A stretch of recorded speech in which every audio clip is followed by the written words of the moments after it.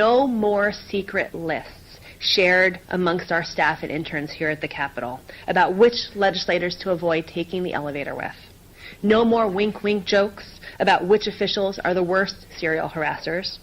Daylight is coming for everyone.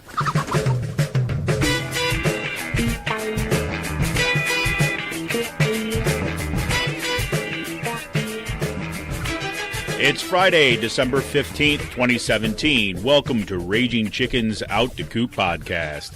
I'm Kevin Mahoney, editor and founder of Raging Chicken Press. Each week, I talk to our Capitol muckraker-in-chief, Sean Kitchen, about the good, the bad, and the ugly in state and national politics.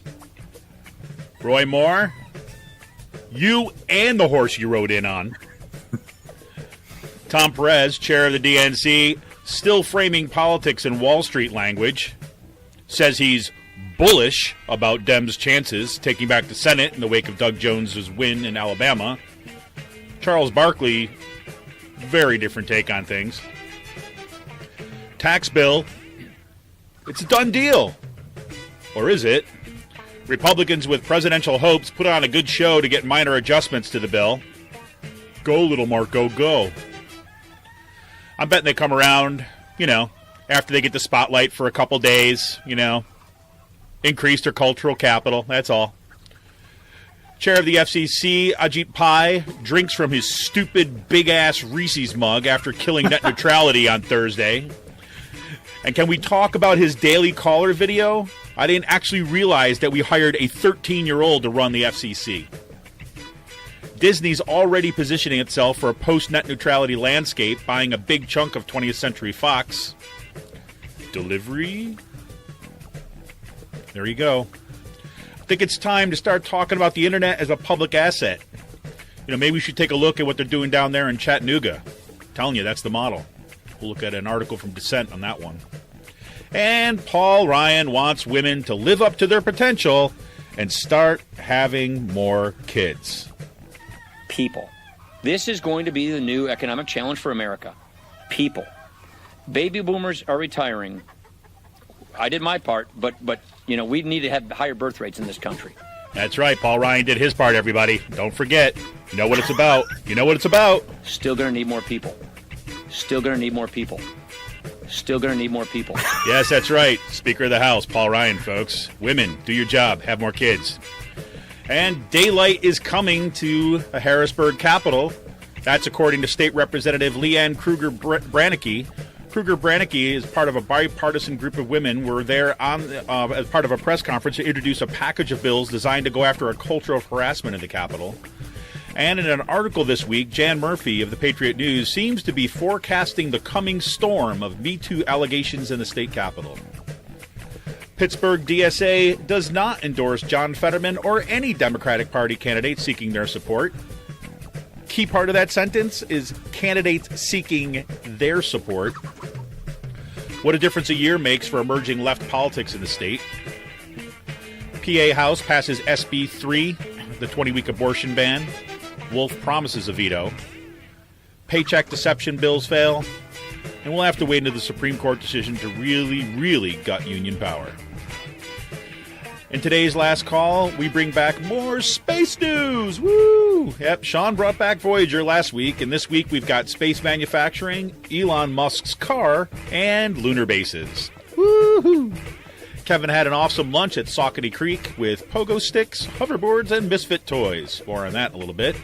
And at that lunch, a new edition of the podcast was hatched. We'll talk a little about that in the last call today. And Free Will, thank you, Free Will, has got safe words in cans. I'll talk more about that. Safe word is one of my favorites, long-standing Free Keep Will. that to yourself. Keep that to myself. I know. All I got to say is habanero, folks. Habanero. And Sean saddles up for a busy holiday season at Pizza Boy. I want to remind everybody to tune in to The Rick Smith Show on Free Speech TV this and every Saturday at 7 p.m. Eastern. I'm not there this week as it's my finals week, and the schedule has just been packed. But you can catch an awesome show. Rick's got a great show for you this week. You can stream it live at freespeech.org. Again, that's tomorrow night, Saturday at 7 p.m. Eastern. Or you can also tune in on the Dish Network, DirecTV, or through the Free Speech TV app on Roku. And if you've missed the show, just go to thericksmithshow.com and click on that Free Speech TV icon on the sidebar. And if you like what you hear right here, Raging Chicken Press, we need you to become a member. I mean, after what happened with the FCC this week, this is more important than I can emphasize right now. I mean, we need people who step up to the plate and support what we do here and prepare for the onslaught that we expect in the aftermath of what's the FCC regulations. So please step up, become a member of Raging Chicken Press for as little as $5 a month. You simply go to ragingchickenpress.org and look for the support and membership tab. Click Become a Member and you're on your way. Or just go to patreon.com/rcpress and become a member right there. Not ready to become a member? No problem. Just go to ragingchickenpress.org, go to that support and membership tab, and click Donate to make a one-time donation. And we still have our amazing end-of-the-year special going. This goes through the end of 2017.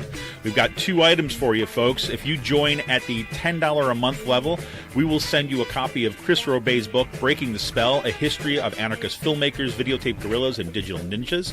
It's a great book. I interviewed Chris a while back. We've got that as an Out the Coop extra for you. But we will also send you the official Raging Chicken Press Stay Woke t-shirt. Right? That's the one with our circle logo on the front. It's a black t-shirt with a big circle logo, Raging Chicken circle on the front, and the back, Stay Woke. We will send that to you for joining at the $10 a month level. And, a bunch of cool swag, too. So become a member of Raging Chicken Press today. Sean, I think that's a huge part of the message for today is that, right now is the time to step up to support progressive media now more than ever. Yeah. I was in the Capitol the other day shooting a You were shitting a what? Taking pictures of it. I'm sorry, I'm stuttering right now. I was in the Capitol shooting a demonstration against the 20-week abortion ban bill, and one of the guys there that was in support of the protesters, came up to us and said, we love the Raging Chicken Press, and he's like, he gives to us from time to time through the PayPal accounts, and I said, well, I told him now's the time more than ever to start, supporting progressive media, especially what's happened this week with the FCC going after net neutrality, and also because no one else is going to do it. It's time for us to start supporting our own, and time for all of us to start stepping up and doing that. Yeah, I think that's true. I was talking. We'll talk about this in last call today when I had lunch at Saucony Creek, and I was talking a little bit about what was going on with the FCC and basically the model that we've gone after here with Raging Chicken Press. I mean, we have a bunch of options, right? You can try to go kind of a nonprofit route. You can try to go, bring in a whole bunch of advertisers and things like this. But at the end of the day, you go to the nonprofit route, and then you know what that means. That means that you've got to be very careful about any kind of political discussions or political leanings and that kind of stuff. And frankly, I don't want that kind of restriction on what we do here. And then on the other end of the thing, if you bring in a whole bunch of advertisers and stuff, you start depending upon that money, then that really limits kind of what you can do. And you start, creeps in your mind. Should we, talk about this, or we're going to lose this advertiser and use that revenue?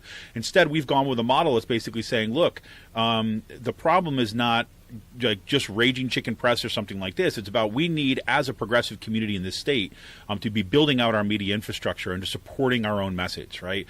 And this is kind of the ground up work. This is the kind of like mutual aid kind of work that we need to be engaging in.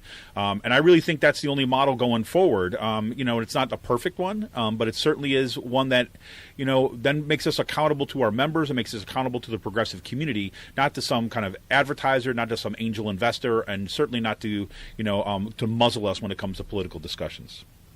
Yeah, exactly. And, there's going to be a lot of fallout. It's going to be really interesting to see where this goes. We're entering a new uncharted territory, I guess, with the FCC killing net neutrality. And, this is something that isn't just a left issue. It's a far right issue as well. Yeah, that's the interesting thing. There's people on both sides of this ideological spectrum who don't want to see net neutrality be killed because we're putting the internet into the hands of those who own the money. I mean, we are establishing this is 1910, 1920s trusts that we're seeing. We're seeing the trusts being rebuilt, the monopolies, the telecoms and stuff like that. Yeah, I was listening to the Majority Report yesterday, and they had this guy, something Singles, the guy's last name, and I'll look up his thing in a second. And he was basically saying that what actually took place in the FCC on Thursday was even went beyond rolling back net neutrality rules. And I hadn't realized this until he was walking through the what would actually happen and what was actually voted on. So even before the 2015 rules were put in place, basically giving us a kind of pretty strong legal basis for making sure that the internet had open access. It was illegal before then for companies to say block content, right? They couldn't block and give preferential treatment to certain content as opposed to others. So what all that happened in 2015 is, the legal basis of that became, it just grounded in a stronger legal basis. But what actually happened on Thursday is they actually rolled it back, not just rolled it back, but actually took away that provision that would kind of bar these companies from blocking content. And that blew my mind. So I'm like, oh, so this was not just a removal of the specific policy that was put in place during the Obama administration, but it actually kind of like took us back to a very different model and really took us back to a cable model of doing stuff. And this is the we are moving into a territory where this is an extension of Citizens United, in my opinion. This isn't not like with campaign cash, but no, this is a extension of Citizens United to the point where money is speech, and if you don't have the money, you don't get the speech. Citizens United is the political version of this. The FCC, what they just did is our communication. If you don't have the money to communicate, you don't have the money to pay for, say, Facebook $10 a month to have faster speeds on Facebook or YouTube, then you don't get the privilege of speech. No, that's absolutely right. And, I've been thinking about this. I've been trying to figure out, again, this is a little too late. I mean, I think this is part of the problem is, the outpouring in support of net neutrality was unprecedented, right? I mean, there were more comments that were made through the FCC comment line than any other policy that they had been considering in the history of the agency, from what I understand. And that's even if you remove, there were something like 7 million, there were some 22 something million comments that were made as a part of the in support of net neutrality, and there were about 7 million or so kind of fake accounts, stolen identities, and comments that were made all against net neutrality, right, in support of Ajit Pai, which is kind of interesting by itself, right? There was actually identity theft and false comments that were posted. And this is something that A.G. Shapiro and Schneiderman from New York are signing on to. Exactly. This is exactly. So right after, as soon as this this decision was made, now you got lawsuits. Lawsuits are kind of put into place, and they're gonna go after him, and basically saying that you've ignored everyone, and potentially it's going to be a capricious, harmful and capricious result. I don't know. I'm losing my language here, but I guess the point what I was kind of getting at is as I've been thinking about this more and more, trying to wrap my head on how do you actually explain to people net neutrality, and it really is. I was thinking about an ISP, right, your internet service provider, all they're supposed to do, right, is give you bandwidth, access to the road, right. And I was thinking about that's just it. It's okay, all they're doing is kind of saying, okay, here, you can get on here, and that's it. Done. We're done. That's our business.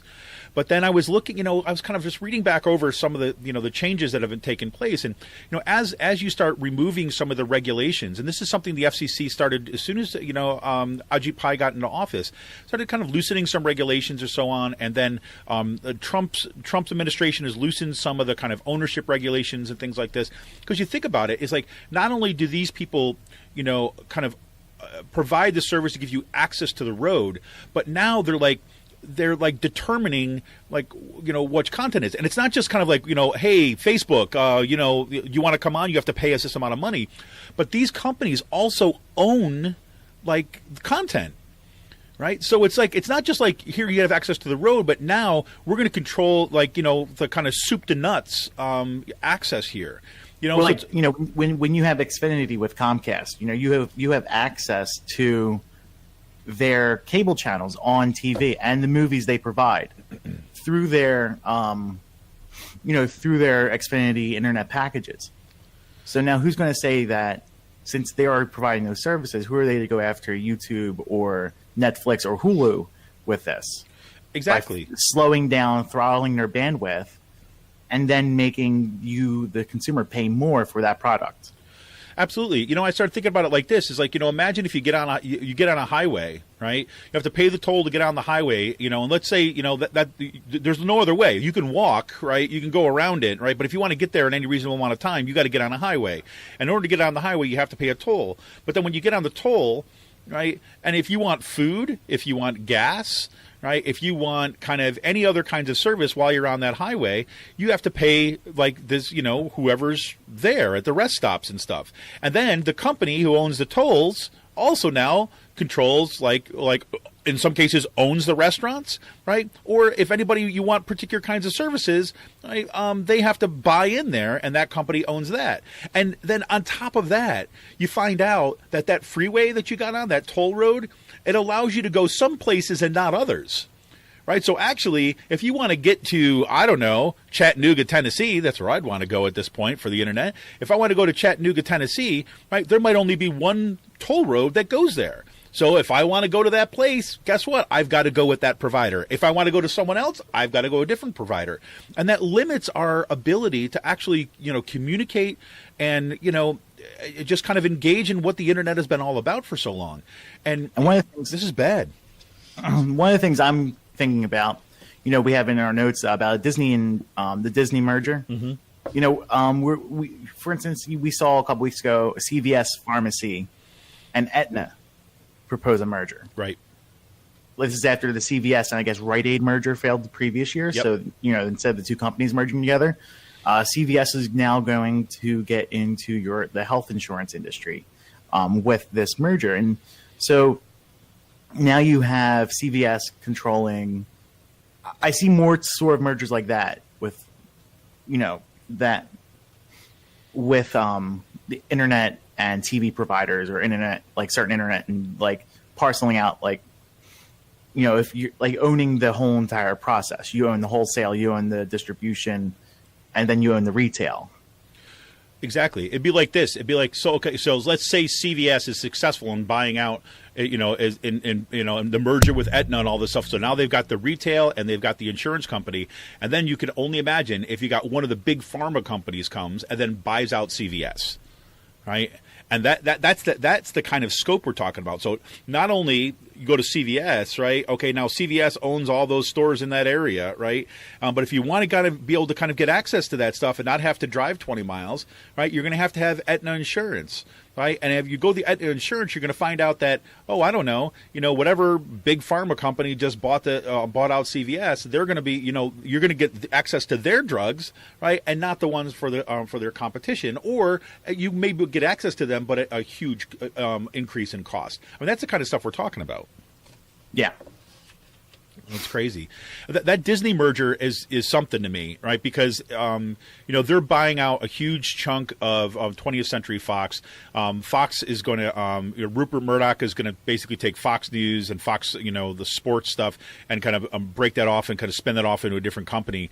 But all kind of 20th century, 21st century Fox is going to be 21st Century Fox is going to go to Disney. And you kind of look at it, it's like, oh, these people, Disney was planning for this ahead of time, right? So they're actually going to have that much more kind of control over content. And, again, preparing, in my mind, you look at that merger or look at what that buyout, and they're saying that's probably not going to take effect for about 18 months after it goes through scrutiny, but I bet you it's going to go faster than that with Pai at the helm. If that merger goes through, Disney's in a better position in this post-net neutrality world, right? Saying, hey, you want access to all this kind of content, right? You have to bring us aboard. And that basically nudges other people, smaller providers, out of the market. If you want their stuff, you want the smaller provider stuff, guess what you got to do? You got to pay more to get that stuff. So, this is bad the way this is lining up. Yeah. Hey, so we got that on net neutrality, and like I said again, I wanted to lead with that. Originally, we were going to talk about leading with something else, but I wanted to lead with that in part because I really think that we need to keep that front and center. And this is going to have a major impact on independent media, and this is why we need you. I mean, we need you to step up. We need you to become a member of Raging Chicken Press. I mean, literally, as small as $5 a month. Even for $5 a month, we'll send you some cool swag and that kind of stuff. But you come in at the $10 a month level, and not only do you get Chris Robay's book, but you also get the Raging Chicken Press T-shirt if you do that before the end of the year. So please. Kind of support us. We're going to need each other in this fight ahead. So, Sean, how did you respond or react to the Roy Moore and his freaking horse? 8-year-olds, dude. 8-year-olds. Jesus. One of the things I love about Twitter these days Yeah. is the use of GIFs on there, GIF files, GIFs, I guess they're called. And Well, I guess there's a big controversy. Have you seen this, Al? The guy who basically who came up with that format says, no, the correct pronunciation is actually GIF. Right, which I refuse. I don't care if he decided it or not. I'm sticking with my GIF, man.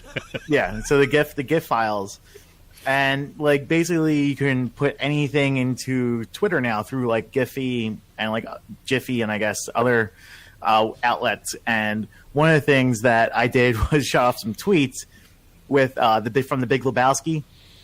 Yeah, congrats Alabama, you didn't elect the pedophile. Yeah, and God, I forget the guy's name. John Goodman's character. Yeah, and he goes, 8-year-olds, dude. Referencing the scene about Jesus or Jesus, no one fucks with the Jesus. Right. In the bowling scene in the beginning. But yeah, they didn't elect the pederast to the Senate. I guess that's a good thing. Yeah, and I think that this. I mean, it's a good thing. It's another mole he's banned from. Well, it's it's totally a good thing. I mean, and as far as I know, as of last night, Roy Moore has not officially conceded, but apparently has got no legs to stand on. In part because he has God in the 10 Well, he's got God, right? He's still waiting for a bolt of lightning or something like this.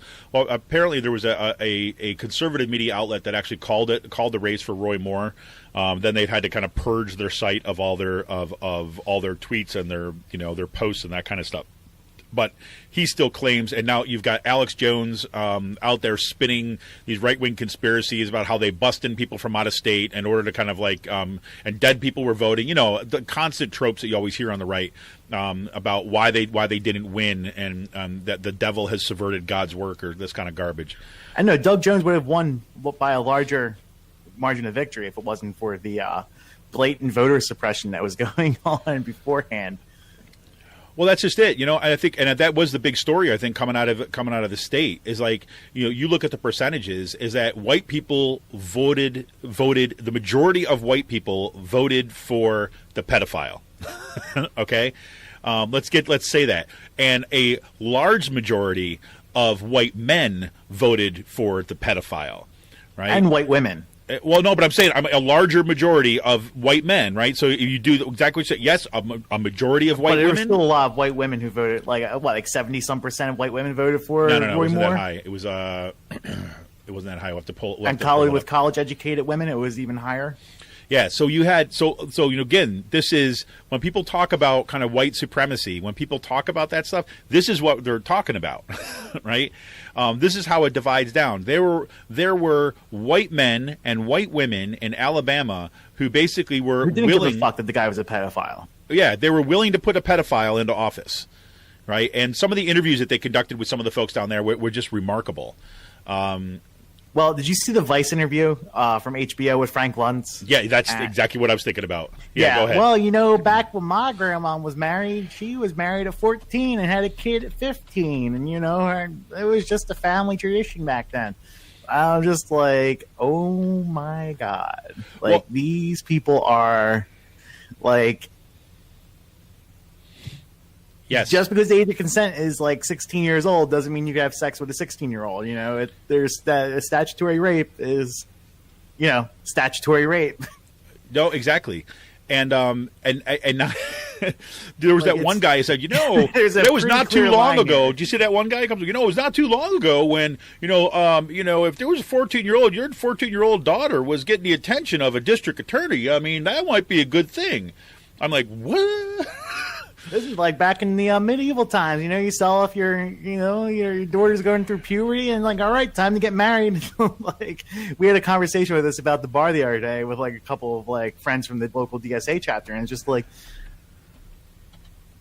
the line of thinking about that is kind of like is really fucked up. Like, it's just indefensible. And I pissed a lot of people off. It's like, if you're a Democrat, I don't give a fuck what state you're in. If you're a Democrat and you can't beat a pedophile, right, then you might as well just give up on the whole party thing. Yeah, no, and thankfully Doug Jones won. So no, exactly. But I mean, one because of the African American vote. Yeah. Right. Especially African American women. But look, so here's the breakdown, right? And now I guess we could expect a backlash against the African American community for voting Doug Jones into office. Right. So I'm pretty sure Alabama's going to be rolling out a huge list of voter suppression things. So this doesn't already happen there, in right? 2018 or 2020, 22, and so on. No, it's already there, and there's going to be cases that are going to go into Supreme Court that I'm sure this is going to go to that Supreme Court, and this is going to be more voter suppression. I mean, they shut down. You have to have voter ID. You got to go to Department of Motor Vehicles, DMV, in order to get it. So in counties where you have more than 75% African American, they actually shut those DMVs down. So you have to go to the next county in order to get your proof, your ID, in order to be able to vote. Right. So there's already like huge voter suppression already going on. But so here it is. So if you break this down, so let's go through results here real quick. White college graduates, right? That was about 30% of the voters. 57% went for more. Right? White no college degree, 77%. Right? Non-white college graduate, 86% went for Jones. Non-white no college degree, 90% went for Jones. Right? That's huge. White college graduate women, right? What is that? 14% of the voters, 52% went for Roy Moore. White non-college graduate women, 73% went for Moore. White college graduate men, 62% went for Moore. White non-college graduate men, 79% went for Moore. Right? You got that, folks? So there should be no question whatsoever about this being a question of race.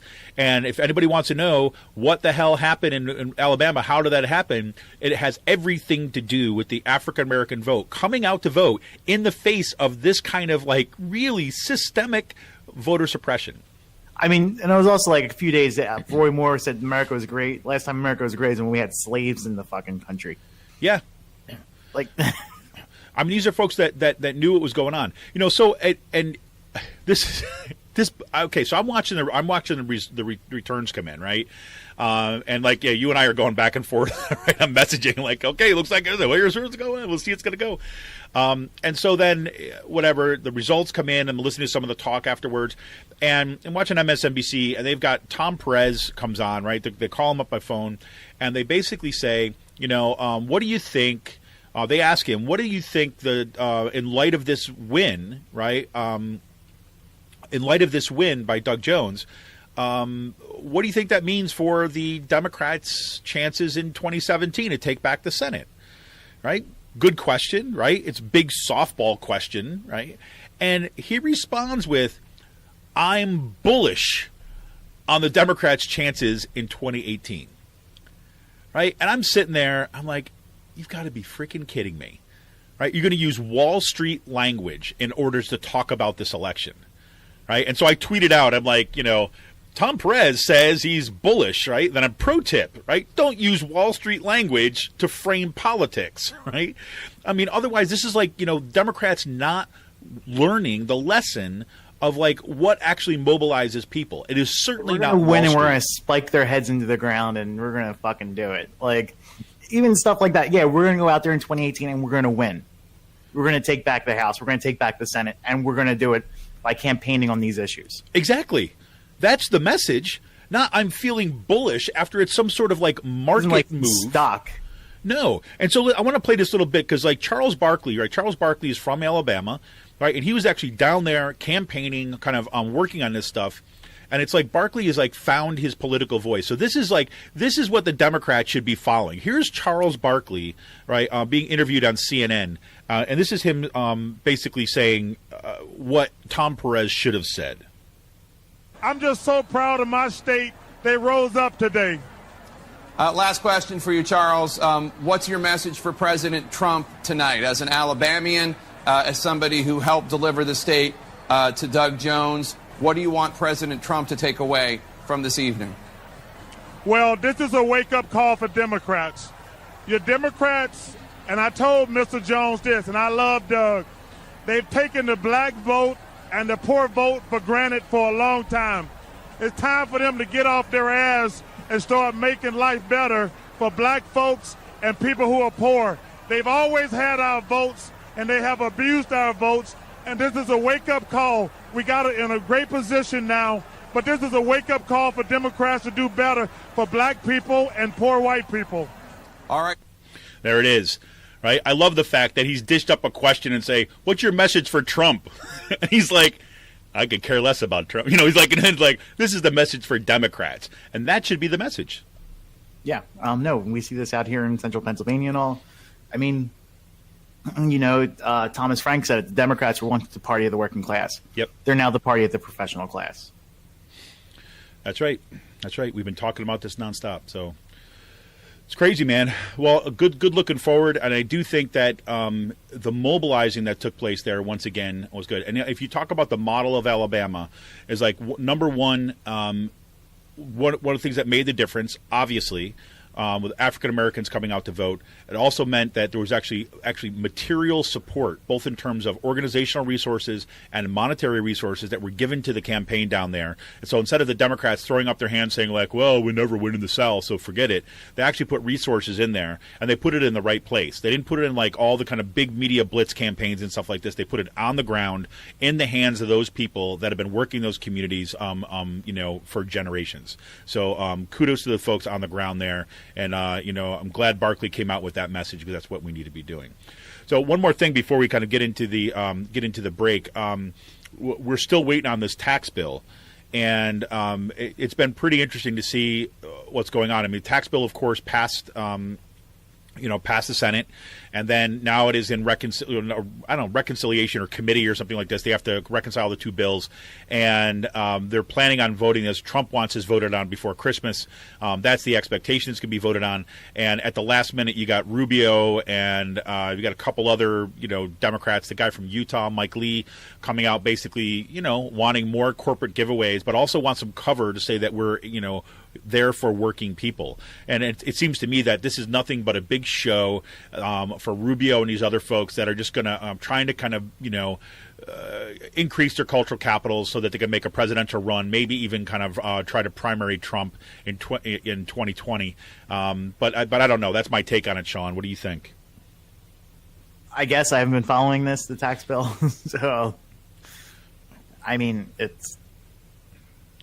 I haven't really been reading up much on it. We're talking about it's going to be the largest redistribution of wealth to the top 1%. Obviously, I know that stuff. I know. I'm just saying that it's going to keep the same shitty things in there. Going after college students, pretty much making higher education and post-secondary education, pretty much unattainable for anyone who wants to climb that economic ladder.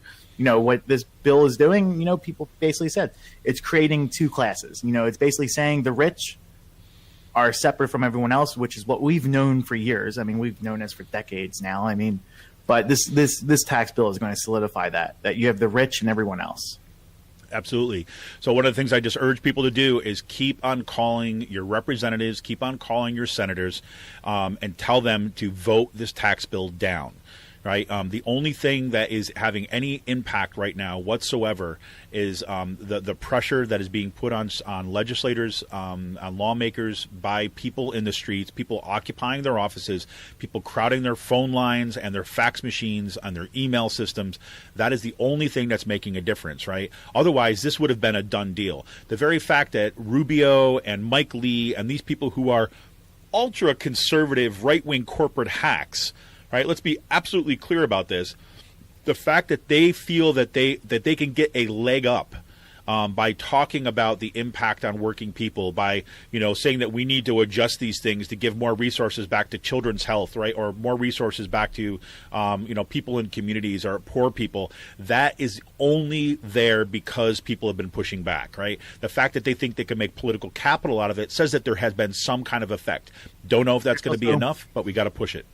A big shout out from the Center for Popular Democracy. A bunch of my friends from up here in central Pennsylvania, Katrina or Michael Fisher, Katrina Razor, and like other activists from up here, Carrie Fowler, have been Alyssa Packer, everyone from the Tuesday with Toomey crowd or other indivisible groups have been going down to DC on a fairly regular basis from up here in central Pennsylvania. And they've been getting arrested over and over and over again down in the Capitol. And they've been doing this for weeks now. I don't know if people, national media probably hasn't been picked up on this. But, if you're looking at your friends' profile pages or in your Facebook feed, you'll definitely be noticing there are a lot of people traveling to D.C. and who are still getting arrested over this on a daily basis. Absolutely. And kudos to them, right? And not only they're going to D.C., they also have the same organizations, the same people who are kind of flooding the offices locally, too, as well. Kudos to them.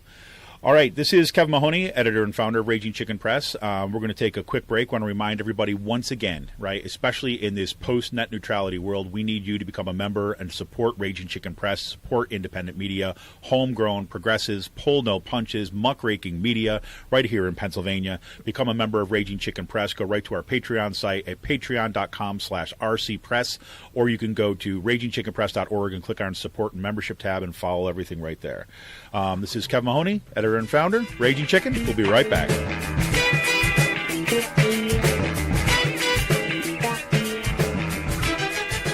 I'm Rick Smith, and this is Labor History in 2. On this day in labor history, the year was 1921. That was the day Kansas National Guard troops marched into Crawford County coalfields to quell the Mother's March. 8,000 miners went on strike that September to protest the jailing of their United Mine Worker District leader, Alexander Howitt. Howitt was found guilty of violating a statewide strike injunction for calling workers out on strike in 1919. Governor Henry Justin Allen had established a state industrial court which ruled strikes illegal. Howitt's members considered it a new kind of fugitive slave act. They likened their jailed leader to a modern-day John Brown. The United Mine Workers opposed the court and the increasing number of unauthorized strikes. Many district leaders were divided over this protest strike and chose not to support it. The strike also divided the membership, and some went back to work. Conditions worsened after 3 months until the striking miners' wives took matters into their own hands. They met in Franklin to organize a march that would effectively shut down the mines.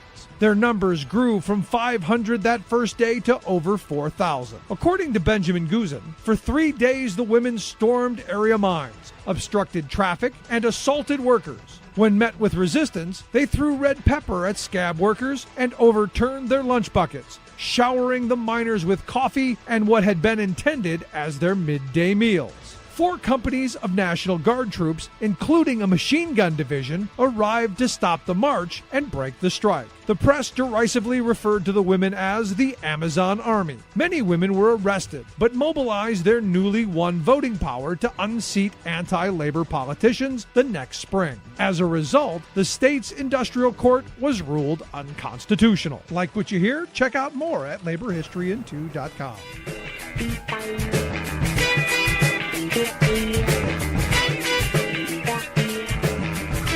Welcome back to Raging Chicken's Out the Coop podcast. So, Sean, I guess you're pretty much in a very good position out there in Harrisburg to see a storm coming. Yeah, it's pretty gray and dreary out here today. Winds kicking up. The wind's picking up. A couple snowstorms have rolled through, but the rumors on the street for the past couple of weeks is that there's going to be a blizzard rolling through the Capitol real soon. There's going to be a storm coming. There's a storm brewing, and the opening salvo, in my opinion, came Monday when about a dozen House and Senate female legislators held their Me Too legislative proposals, and this is a direct shot at the news stories that we're going to be seeing coming out in the coming weeks. There's been rumors swirling around the Capitol for the past 2 weeks now. Even outside the Capitol, there's going to be major sexual harassment scandals and assault and possible rape allegations that are going to be coming out in the newspapers. I'm going to leave it at that. But this is going to be forcing a lot of people to talk about sexual harassment in Pennsylvania, especially those who follow Pennsylvania politics. And it's going to be we're not going to be seeing a lot of there's going to be a bunch of legislators not coming back after Christmas.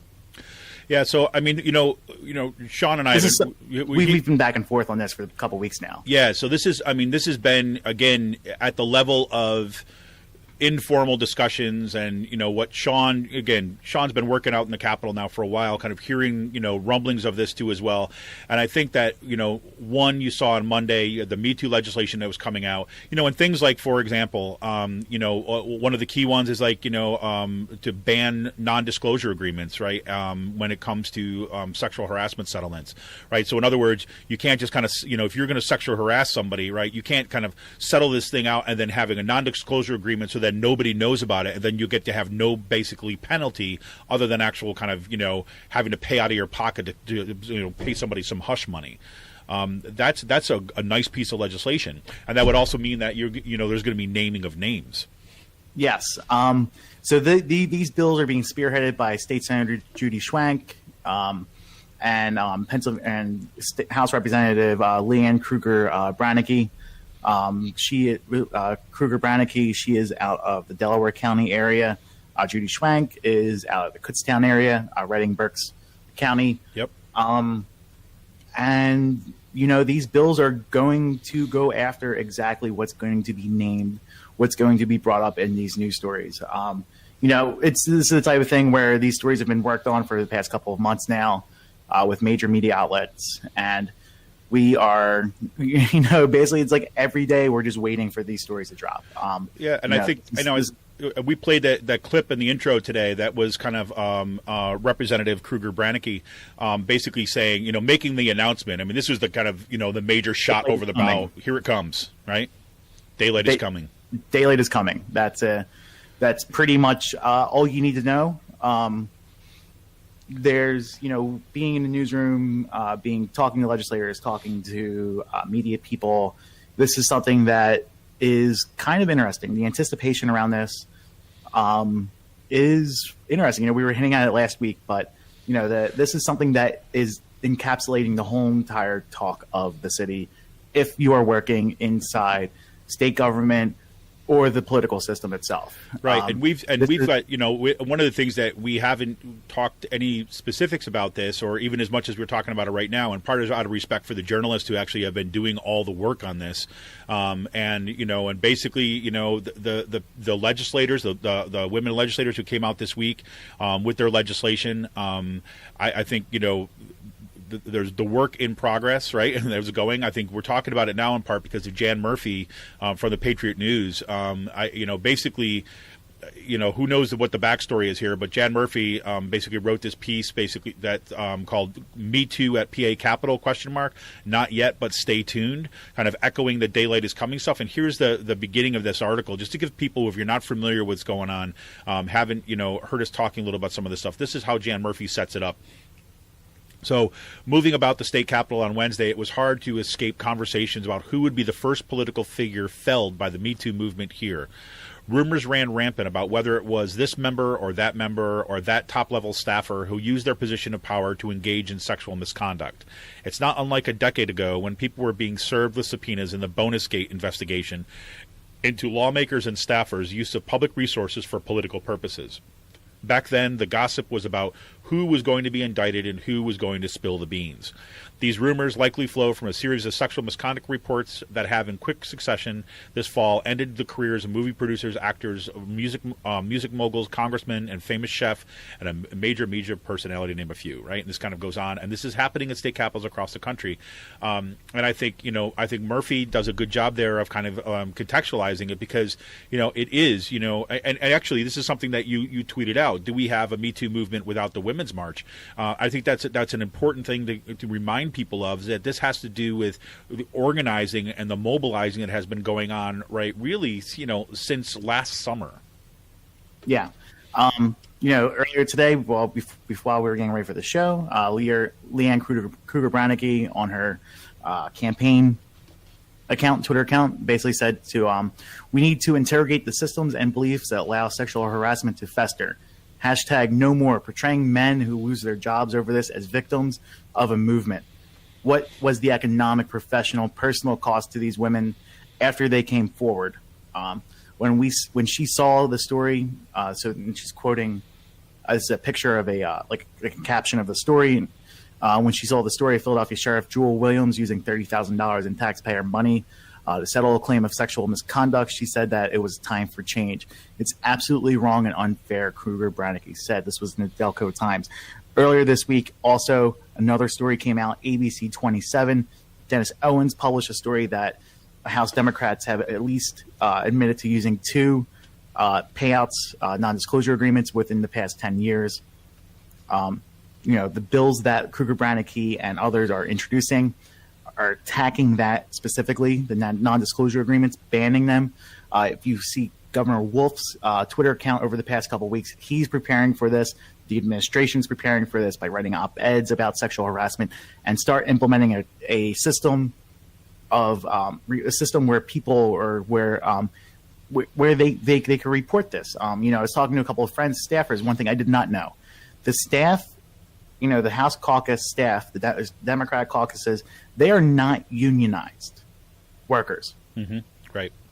They are not in a union. They don't have so the they're state workers, but they're ununionized. Which is the type of thing. Maybe if you had a union there, you could have a grievance process through all of this and fight it that way. Just from talking to people, figuring out the who's who in this is going to be a massive scandal, and it's not going to stop at the first round of stories.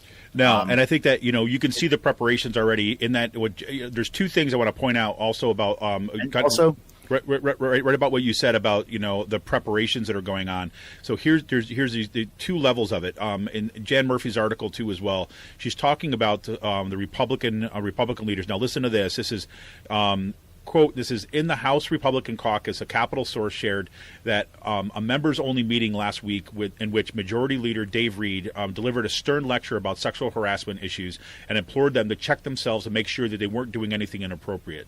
That included, the source said, text, emails, actions, and even what happens on 2nd Street bars in Harrisburg after sessions hours. His speech was prompted by a concern that some members might have taken sexual harassment training in November a little too casually, according to the source. Then Reed also shared that that so far he's received 15 separate right-to-know requests about cases involving members. Penn Live and other media outlets have sought information about past sexual misconduct complaints and any payouts of taxpayer funds that resulted to buy the victim's silence. Now, why I bring that up? Okay, one, you see Dave Reed actually, both through staffers and Reed himself, actually talking about this and saying they are taking act, they're doing these things, they're preparing for this stuff.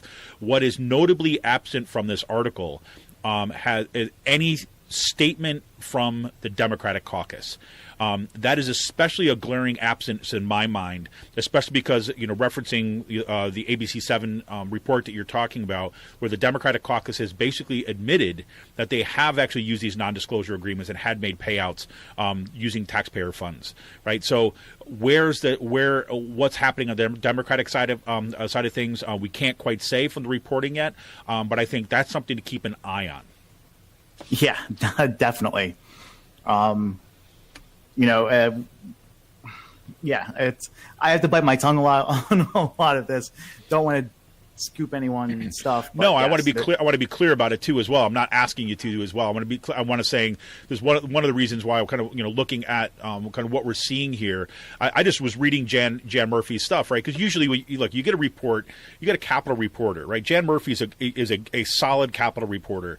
When you're coming out, one of the things that you're doing as a Capitol reporter is that you're going to say, okay, let's see what the Republicans have to say, to the Democrats have to say, right? And then you get that kind of like this side says this side says that. That's just kind of a standard setup for a story.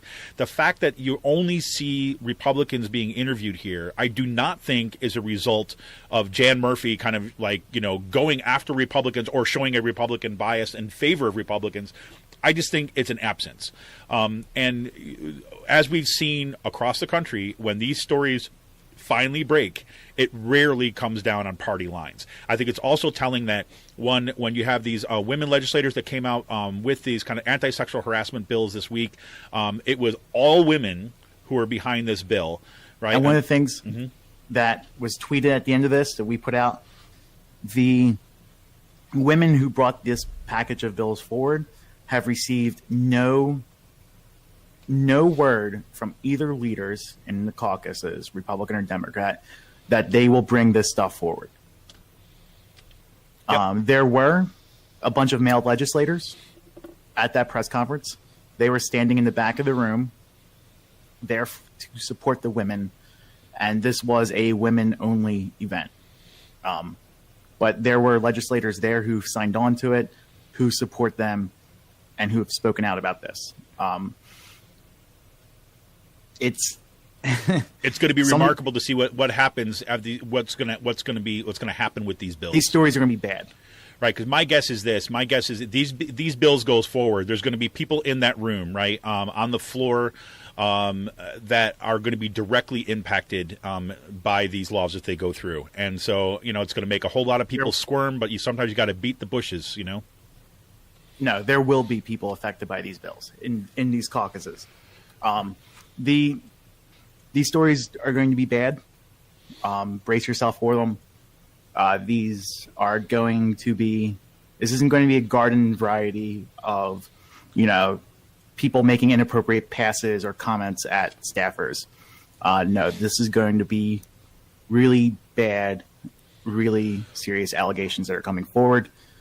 And it's going to result in the resignations of at least a handful, if not a lot, of legislators. Well, we'll see. I mean, we'll see what happens. I mean, we'll see what comes out. I mean, this is I've said to you multiple times on here, I will, I'm very distrustful of the rumor mill. And even when we have expectations for things, and whatever happens after that, we'll see. But there's definitely, I mean, again, we get this. Daylight is coming. That's part of the word, and the storm is brewing, and let's see what happens. And I would reframe just a little bit about this. Is like this is exactly going back to what Kruger Brannicky said. Is that look. I don't even know if we can talk about these things as it's going to be, when we talk about bracing yourself, just look, this is going to have a huge impact. But frankly, is that, I look back at the story you had earlier on, Sean, when, we talked about this on the show about what's it like being a woman working in the Capitol as a journalist, right? And Angela Columbus, I think, wrote that back in October or something like this, right? And basically, talking pretty much overtly about, the kind of cultural sexual harassment, the kind of culture that that she's had to deal with there as a woman journalist.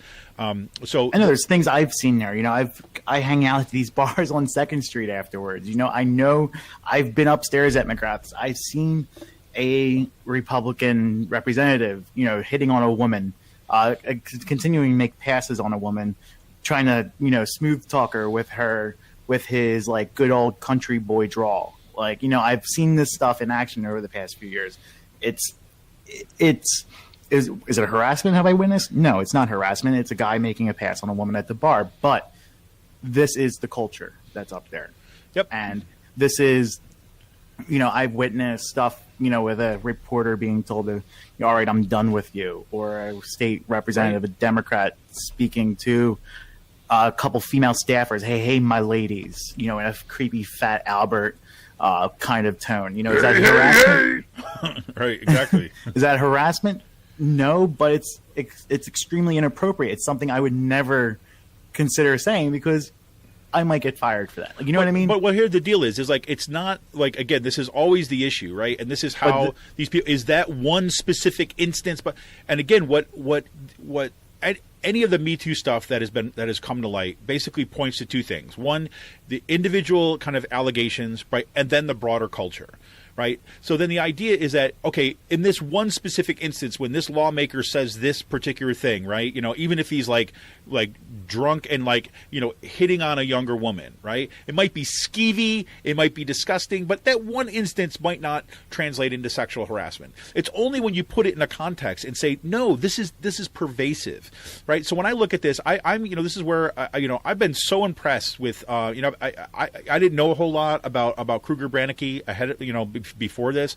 I've been going back and reading some of her stuff and looking at some of her Facebook posts and things like this. And man, she is spot on. And I think she's dead on here to say, like, look, instead of sitting there and worrying about, what's the impact going to be on this one particular male legislator, right? Let's talk about like the generations of women that have had to kind of deal with this crap. Or the women who, who made a decision to go work for someone because they believed in them, made a complete career change, and that turned out to be a nightmare because of this. Exactly. This is personal for me. I know people close to me who are victims of sexual harassment, sexual abuse.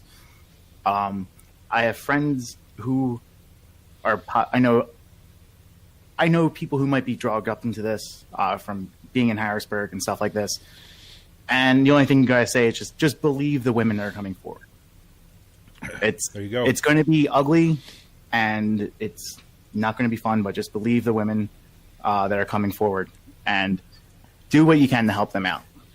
Yep, and I think that, for those people who might be skeptical about the believe the women line, how about this? How about we just try it for a little bit, right? How about we just try it, okay? Because instead of sitting there and casting doubt immediately, how about we try to kind of believe the women first, right? Yes, there's going to be a legal process. Yes, there's going to be all that kind of stuff. But how about, right, we start with saying, okay, we recognize that this is real, and we kind of support these women that are going to that may be coming forward, right? I mean, who knows? Who knows what's actually going to end up in the reporting? But we'll see what's coming out. So. Anyways, I think we should shut our mouths before we go any further.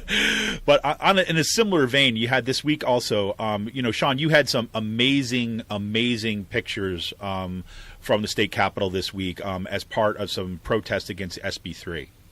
Yes. So two things. I'm going to take more of a positive approach on this week's vote with SB3. It passed the House. It went onto the governor's desk 121 to 70.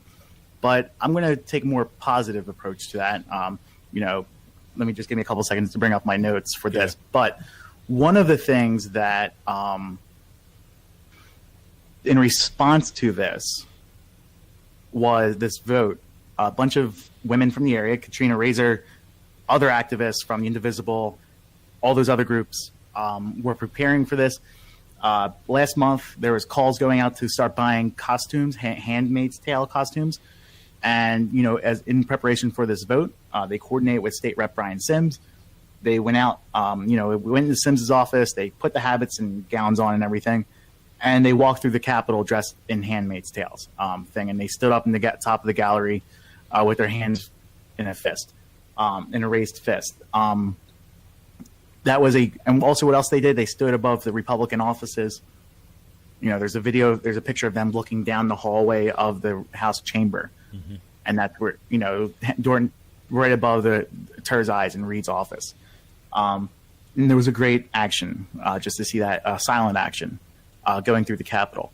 So the positive on this, the bill passed 121 to 70.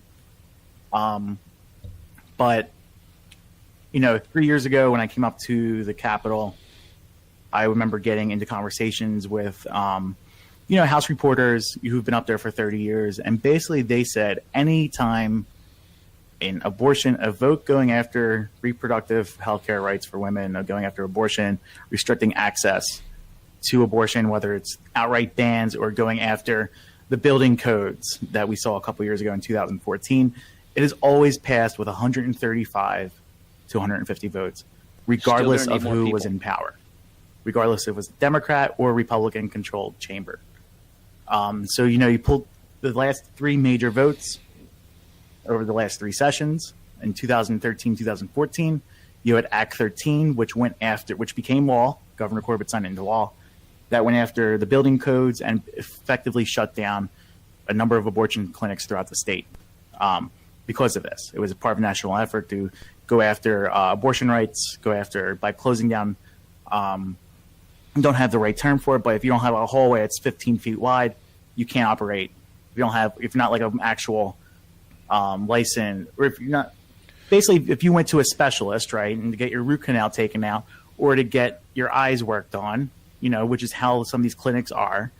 If these clinics in particular didn't meet these exact building specifications, they had to close down. They're trap laws. Right. They're trap laws. This is exactly what you basically would take, like the laws that you would apply to like a major hospital, right, in terms of the amount of space to wheel a gurney through and things like this, right, the amount of kind of backup systems you have to have, and then you apply it to a clinic, right? No clinic is going to be able to meet that, right, especially in this very specific instance.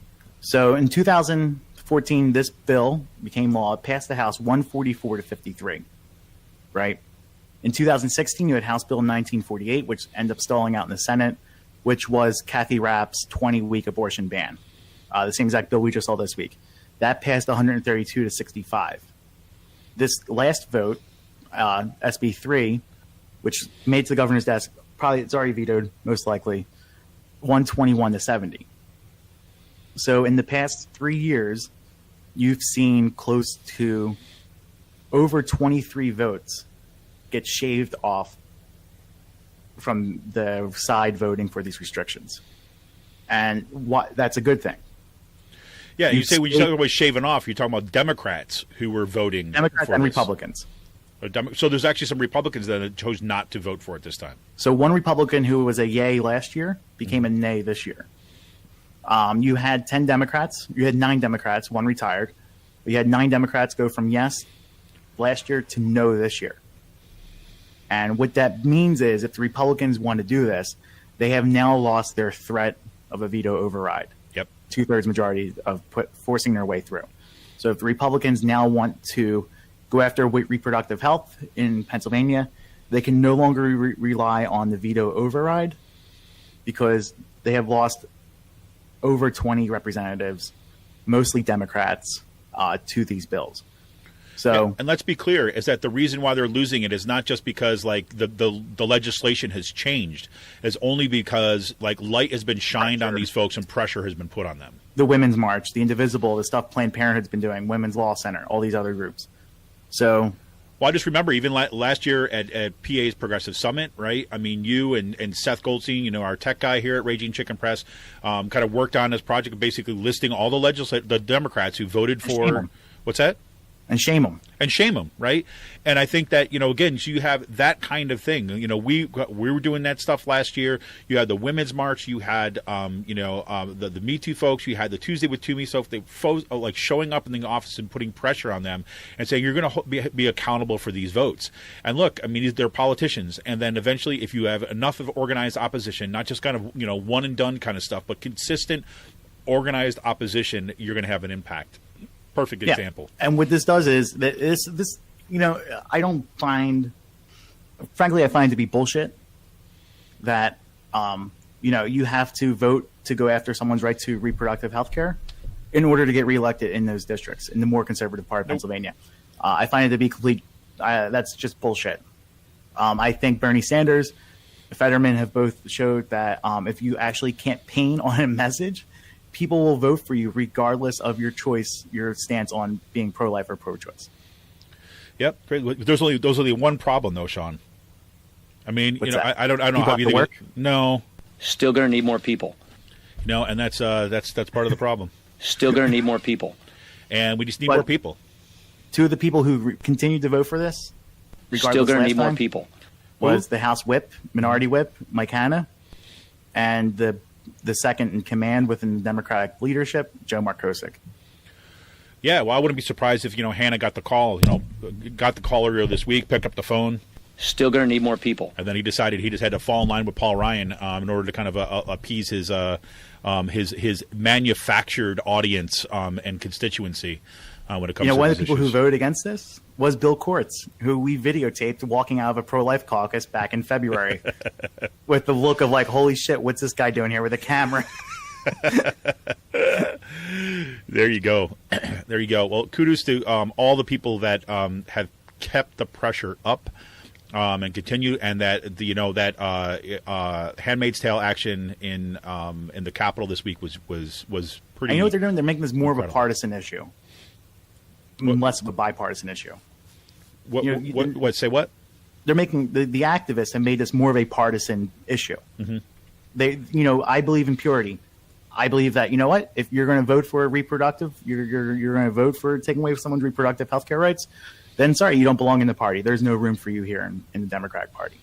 You are actively going after poor women, women of color, and women who cannot afford to get access to health care, get access to the abortion or contraception that they need. You know what? There's no room for you here in this party anymore. No, this is what it means. This is what it means to actually be a party that's for something, right? That is not just this mushy kind of, we're a big tent party, so everything's okay if we think it'll kind of put together a victory when that doesn't even work, right? That strategy, I mean, how dead is that strategy? I don't mind Bob Casey saying, yes, personally, I'm pro-life, but I will not vote to take away someone's vote. No, there you go. Someone's rights. That's the difference, right? I mean, Joe Biden has got a very similar line on this, right? And I don't agree with it personally, right? Whatever. But look, if you are personally pro-life in your world, and you and your wife and your family have decided that this is how you approach it, have at it, right? Do whatever you need to do with you and your family, right? But when you're talking about outside and trying to coerce other people to make the same decision that you've made, that is where the problem comes in. So individually, you can say whatever the hell you want, right? And you can believe whatever you're going to believe. But if you're going to kind of, come on the Democratic Party ticket, I mean, I think that, in this kind of wave of progressive, upsurge, no way, right? You don't then get to vote to kind of take away someone else's decision, right? And that's it. And again, what's crazy about it is that is what the pro-choice movement has always been about. Right? The pro-choice movement hasn't been just kind of everyone should have an abortion. That's not the point. The point is that that's a decision that you make with you, your loved ones, and your doctor. That is not something that politicians and the government get to legislate over your body. I mean, it's so simple as that. It doesn't take away anybody's individual right to kind of say that, no, they're pro-life. It doesn't take away their religious beliefs, right? Because it allows them to make that choice, right? But it says that, no, that you cannot take your religious belief, your whatever decision you made, and then impose it on other people who believe otherwise. Pretty simple. Yeah. Crazy, man. So that's amazing. So, you mentioned this before, and I just want to, touch upon this. Well, let me just mention this first, because I want to kind of close out with some stuff with Pittsburgh DSA, because I think this is kind of a really interesting case. But paycheck deception bill, right, that was out there too as well, that was looking, again, anti-union bill, was successfully beat down this week too as well. Yes, gotta give a big round of applause to the union activists and also the lobbyists. The union lobbyists in this Capitol worked their asses off. Yep. In that building, and they are outnumbered 10-1, pretty much. Yep. Pretty amazing. Like the unions, UFCW, SEIU, people who I know from 668 and UFCW, John Meyerson, Chris Hunley. These are people. I wouldn't even say they're lobbyists. They're more like citizen lobbyists. They don't look like, John Meyerson. Sorry, John. Not the picture of a lobbyist. Some gruffy, old, grouchy man with long gray hair and a beard. but or Chris Hundley, and these aren't people who are wearing $1,000 suits. They beat back this bill. They did a great job doing it by swaying pretty much all of the Republicans in southeastern Pennsylvania to vote against this. And also, I'm sure they vote against this because, you know what, there's a whole lot of self-preservation coming down the pike because I am a firm believer that Democrats can flip the House in 2018.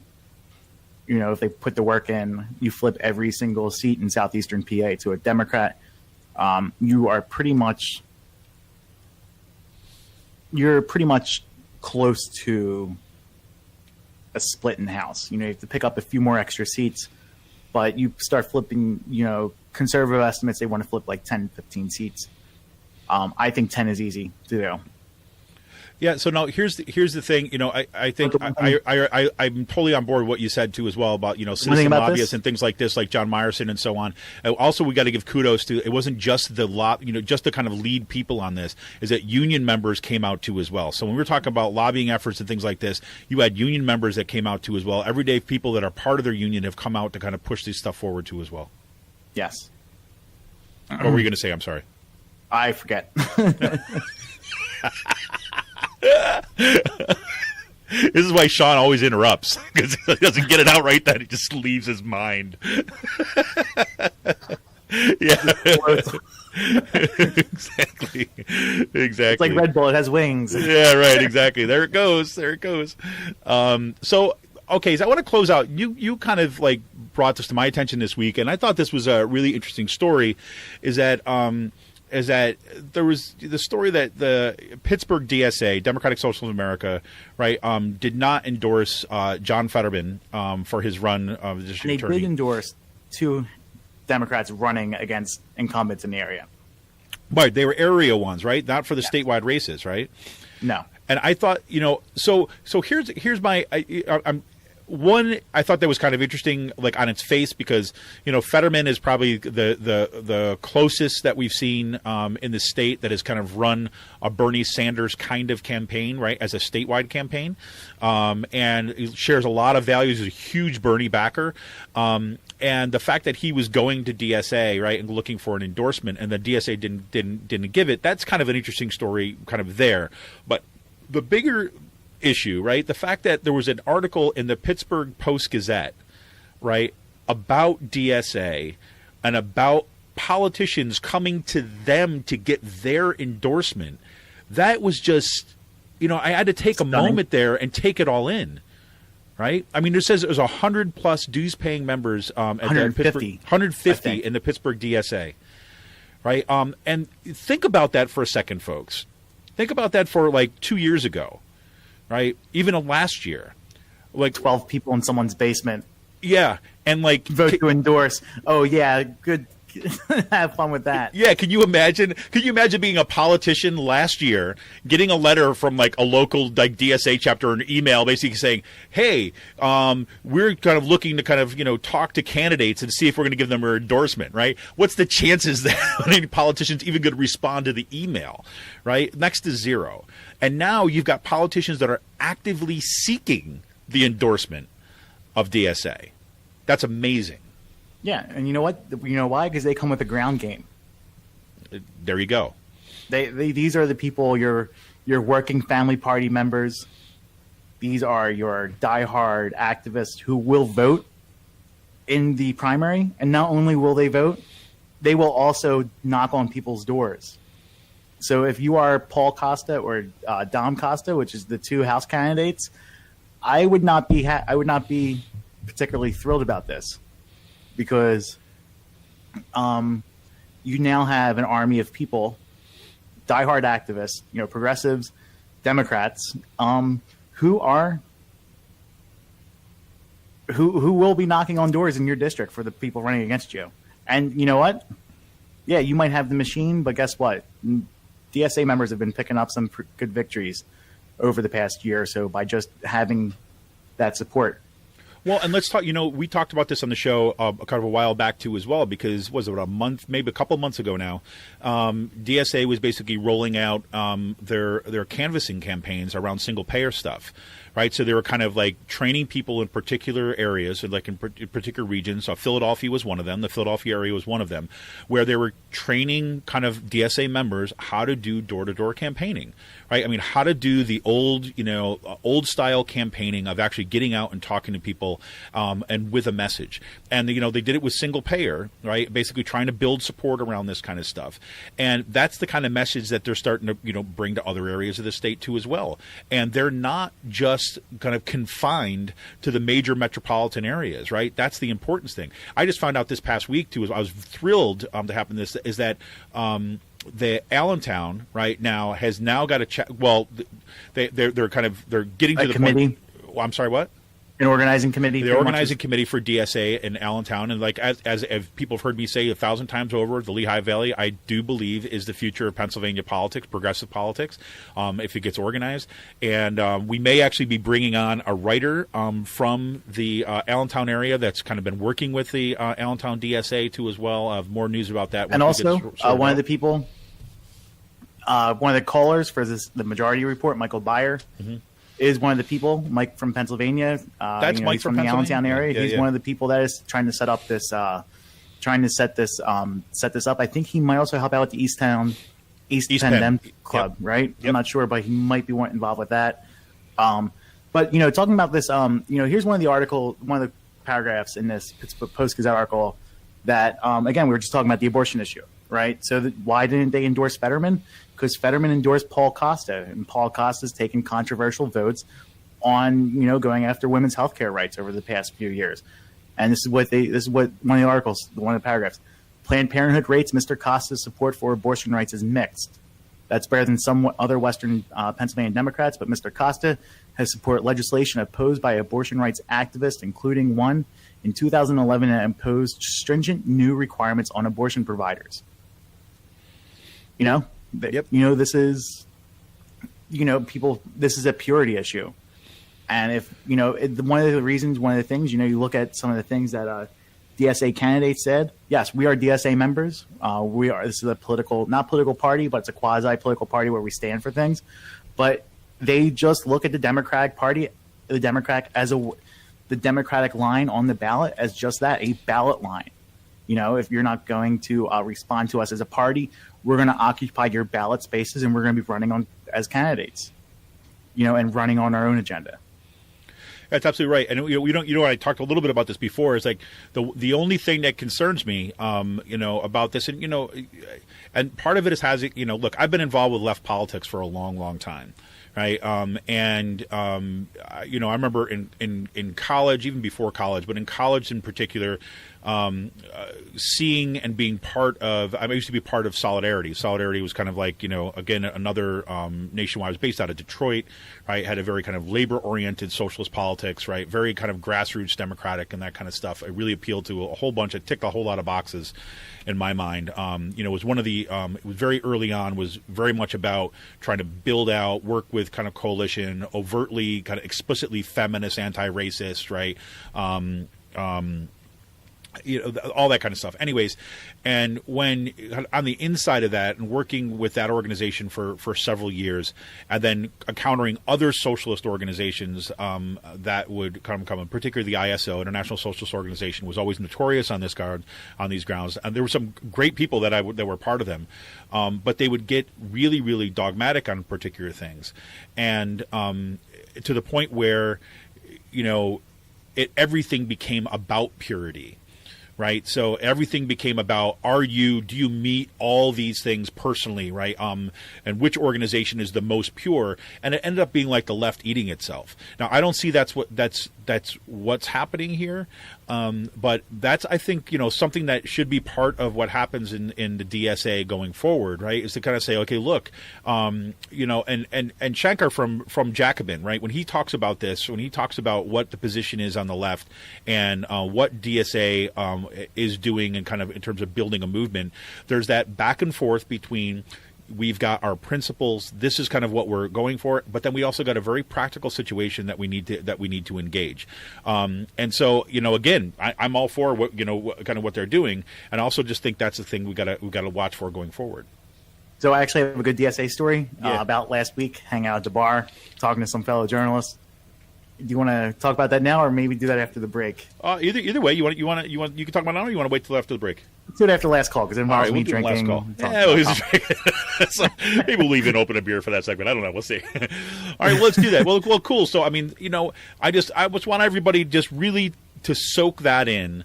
The fact that you've got politicians running for statewide office and local office seeking out the endorsement of Pittsburgh DSA, that really represents possibility of a sea change going forward. What's that?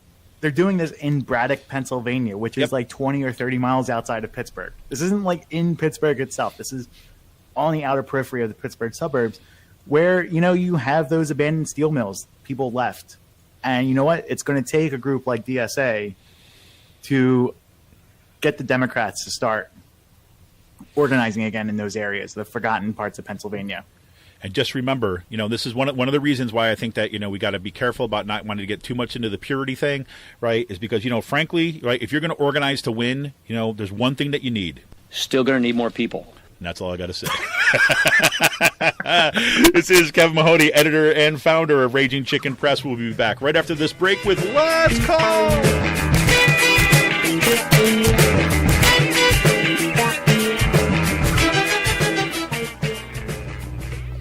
This is Kevin Mahoney, editor and founder of Raging Chicken Press. Over the past 6 years, we've brought unapologetic, progressive, activist media to Pennsylvania and beyond. We've helped hold those in power accountable and shine a light on some amazing activist work. We've broken national stories and established a reputation as an aggressive, independent media site. As newsrooms close and traditional journalists lose their jobs, hard-hitting investigative news suffers. If we care about our democracy, we have to find new sustainable models of journalism. And frankly, no one's going to do it for us. After the Trump election, we dug in even deeper. Thanks to some longtime members, one-time donations, and a shift in other resources, we brought on more writers and started paying them. Now we're doubling down and want to expand our infrastructure and pay our writers even more. We need to invest in our media if we have a chance to resist the unprecedented assault on democracy, working families, women's rights, and our planet. History will remember the choices we make today. So take a minute to become a member of Raging Chicken Press. For as little as $5 a month, the price of a local craft beer or a cup of coffee, you will be supporting homegrown progressive journalists and media activists. Go to RagingChickenPress.org and click on the Support and Membership tab to become a member. Leave a one-time donation or learn about other ways that you can help. We don't have billionaire backers. Keeping progressive activist media going strong depends on you. Thank you for all your help and support. Keep up the fight.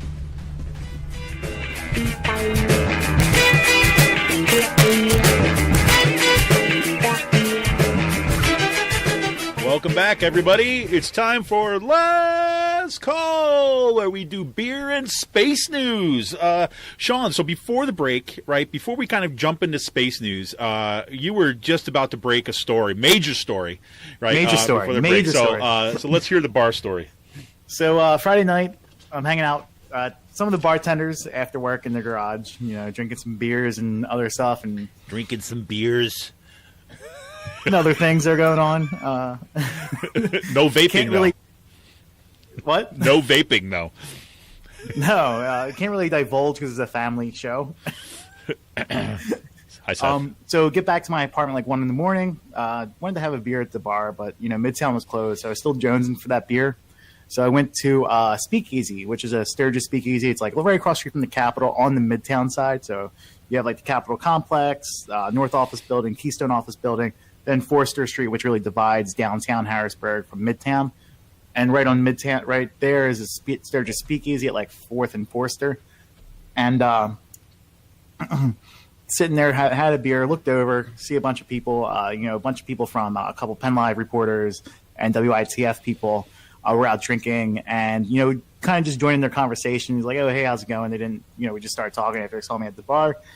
And we're talking about what's going on and the day of reckoning that's coming. But we're also talking about DSA. DSA comes up in conversation.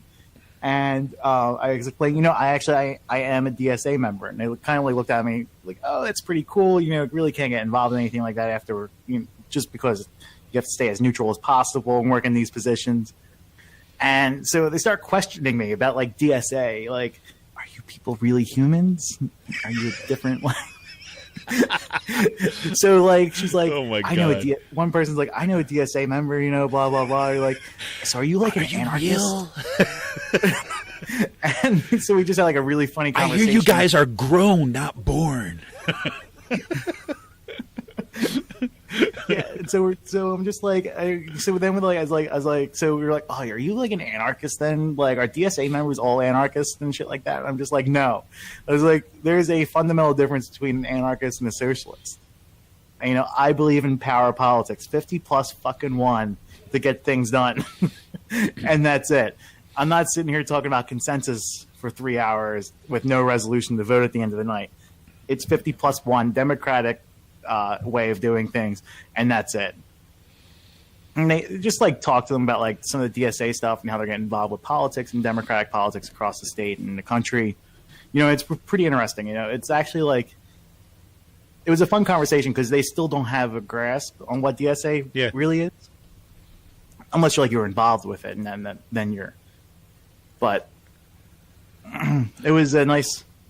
It was a nice little conversation, like, you know, clear out some misconceptions. Like, are you people like anarchists? You guys like from space?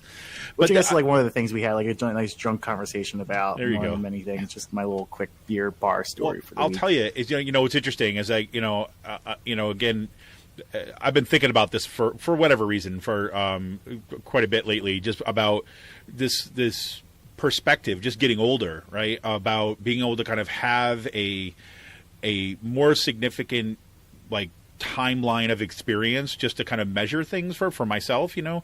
And what's remarkable, just, you know, I was thinking back to some of the conversations having with, you know, when I was, you know, kind of your age or even younger, talking about socialist politics, talking about being on the left. And number one, like when I was growing up, right, when I was like, you know, in my, you know, late teens, early 20s and stuff, mid 20s, had to have the first thing that you had to deal with was the Soviet Union, right? I mean, that was like every conversation when you start bringing that up you had to kind of say, the Soviet Union is this thing, right? And this is why there was so much factionalism too, as well, about you know, on the left, the socialist left, about like how to characterize a socialist union. Is it state capitalist? Is it, you know, kind of like a deformed worker state? Is it like all this kind of stuff back and forth? But if you're talking to everyday people about it, right, that's the first thing you have to contend with, because so much of the media environment, so much of, you know, the education environment, so much of everything was like about the, you know, the Soviets versus the U.S., right? And so you had to kind of carve out this space. And so that took a lot of time. And then when you start talking about what you're for, right, the kind of things that you actually think, you know, you're way along in the conversation. Now today, it's like you can start that conversation from a very different place, right? I mean, and, you know, thanks in large part to like Bernie Sanders and the activists who have been working like that, you know. And again, it's not just Bernie Sanders. I don't want to I mean, I look back, you know, look down at what they've been doing in Philadelphia now for a while with, you know, organizing out a temple and things like this, right, around the stadium and stuff. You know, you know, people have been doing the left has been doing really amazing work. So suddenly you're able to start a conversation talking about healthcare, you know, talking about you know, about access to education. You're talking about clean water. You're talking about corporate influence and inequality, and like that's enormous, you know. And it precedes what we see even in the last election. That's why I was kind of like, well, I don't want to just talk about Bernie, because that has everything to do with the Occupy movement. That has to do with the kind of you know, the movement in the Wisconsin uprising. You know, I mean, these things have been building on each other now, you know, since the economic collapse of 2008, and it's really impressive to see this level of conversation where you can actually sit down at the bar and somebody's asking you about it and is interested in it, right? As opposed to be like, you're freaking pinko, right? As it, you know, it changes the tenor of the conversation. I know, like, so we were actually talking about this, and I'm like, listen, you know, these are journalists, people I've seen in the newsroom and stuff like this, and I don't think they really grasp. Like, I'm their reference for like left politics. Like, I make no bones about it, you know, progressive activist, and I have press credentials in the Capitol and stuff like that, you know, through the stuff we do, and, you know, I have biases and stuff like that, but that's just, you know, it comes with the package. But, you know, it's like they're actually like, they still don't know. I'm like, listen, there's about like 20 of us members dues-paying members in the Harrisburg area, 15 to 20. Like, you guys are everywhere, man. And I said, even for that, like, that's pretty significant that you have like 20 dues-paying members out here in Harrisburg who are willing to get involved with the political system. And it's also the type of thing where it's a place for progressives to go now who aren't afraid of calling themselves a socialist and the negative connotations that come with it. I mean, I've always characterized myself as a socialist. I've never read Marx. I just intellectual laziness, or just never really got around to it. But, I believe in, universal health care. I believe in the welfare system, more of like a refined social state like Germany has right now, or, your parts of Europe. And it's like, why is that so hard for us to ask here in America? Yeah. No, absolutely. And I think that, why can't we have free public higher education? Why can't we have free access to health care? Why can't we have a strong safety net? Why can't we have a $15 an hour minimum wage? Well, the truth is we can have those things, right? I mean, that's exactly where the conversation is now. I mean, the conversation is saying, like, wait a minute, why can't we? What we can. Right. It's a matter. It really is a matter of political organization and will at this point, because look. I mean, if you look at, the Paradise Papers that came out, the Panama Papers that have come out, you talk about the, corporations sitting on $2 trillion of wealth after the economic collapse, failure to kind of redistribute that. And then you talk about austerity measures while the kind of, the top 1/10 of 1% is getting kind of like exponentially richer. We have exposés about the Koch brothers. We have exposés now about the Mercers. We have exposés about DeVos's, right? Again, we're seeing that infrastructure of capital kind of being like exposed, and then people sitting around still going to need more hell? people. Yep, still going to need more people. No, but no, like yeah, and I think that's kind of important. It's kind of like at that point where you're saying like, yeah, we can actually have these things, and I think people are actually getting past that point of like just despair that, oh well, there's nothing we can do, to saying, actually no, there is something we can do. I know, like the one thing it's like, okay, you have Sarah Innamorato challenging Dom Costa, you have Lee Summer challenging Paul Costa, two people who are getting the DSA endorsement. You have Elizabeth Fielder, who is running against Will Keller in South Philadelphia. She's going to get the DSA endorsement down there. Right now you have 3 House candidates seeking the DSA endorsements, right? Yep. Imagine, you're aiming to flip the House in southeastern Pennsylvania. Who's to say that some more progressive-leaning DSA members, take out some incumbent Republicans in the Philadelphia suburbs? Now you have if you have like 4 or 5 DSA endorsed candidates and or members within that caucus, that's going to fundamentally change the dynamics of the Democratic caucus within the House. Mm-hmm. There you go, man. I mean, it's not going to fundamentally. It's not going to. You're not stopping the tide from the your leadership, but you're going to have more younger, more energized people. And like this past week, and spent some time talking, just personal conversations, sitting down in a couple of offices or cafeteria talking to a couple of the younger reps. And, there's a younger generation of reps in the Democratic Party who actually want to get shit done. Right. They might be institutionalists, and they might not be really supportive of the DSA going after that, but they are as progressive as you can get. And, they're more of your institutionalists, but, there are people, that inside-outside approach to things. You have DSA members who are trying to make a charge to come in here, and possibly, probably win. Right. Exactly. So that'd be awesome, right? And then we could all revisit that conversation at the bar once again, right? Kind of like, there's more of us now, and we're winning. It's good. If a DSA member if a Democratic Socialist endorsed candidate from Western Pennsylvania wins a House seat against an incumbent Democrat or a Republican, then something. The ground is shifting underneath our feet. Yeah. And it's either going to get on board or you're going to stay there. Exactly. So, whoop, whoop. Crazy. Well, I do want to get back to some of the stuff, some of the, the important things for this segment, right, which has to do with space news, right?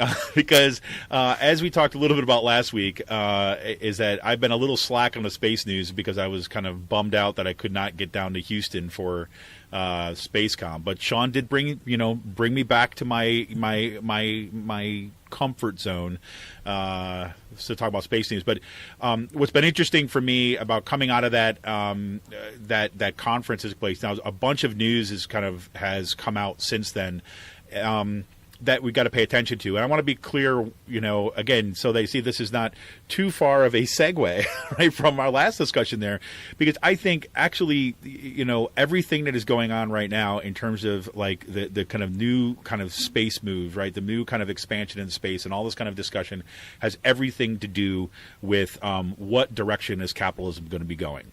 Right, and I've called it galactic capitalism on this stage, but we're seeing exactly some of the things that I've been talking about since we started this segment on Space News. We're seeing that kind of unfold right now. So the big news for this past week, of course, was that that Trump announced that they're basically signing, kind of a new order that is basically going to direct the direct NASA and the Space Council that was kind of newly formed, right? But directing NASA to send humans back to the moon. Now, it provided no information on schedules or budgets or anything like this, but it's something else, and it's called Space Policies Directive 1, which enacts a recommendation made at the National Space Council meeting in October to make a return to the moon, a step towards eventual human missions to Mars, right?